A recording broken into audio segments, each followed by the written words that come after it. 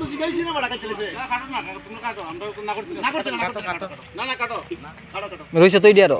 কাটলা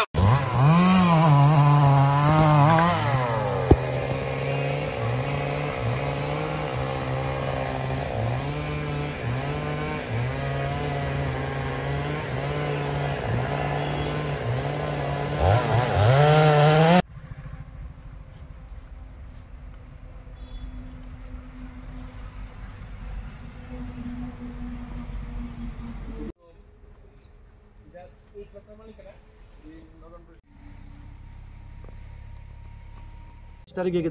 গাছগুলা কাটছে আমি ওই সময়ে আমি আসলাম বাড়িতে আসলাম না আর কি তো আমি এখানে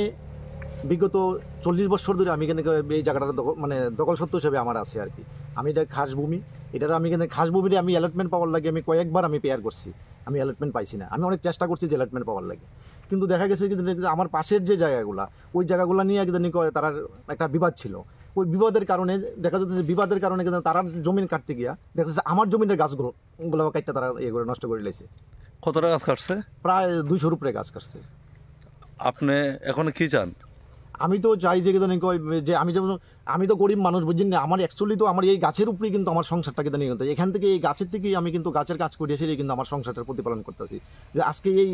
গাছটি নাই মানে কিন্তু আমার সংসার অচল একদম যে আপনি কে কাটছে গাছগুলো কাটছে অ্যাকচুয়ালি তো ওই যে পাশের যে জমিনটার যে মামলা আসলো যিনি ওনার যে কাগজ আছে বিক্রম ঋষি দাস নরেন্দ্র ঋষি দাসের ছেলে বিক্রম ঋষি দাস ওই তাই আর ছেলে আর বাবা মিল্লা দুজনে মিল্লা তারা কাটছে আপনার গাছ কাটবো এটা কোনো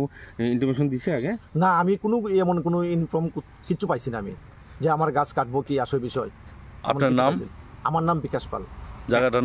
জায়গাটার নাম হইল এটা আপনার আমরা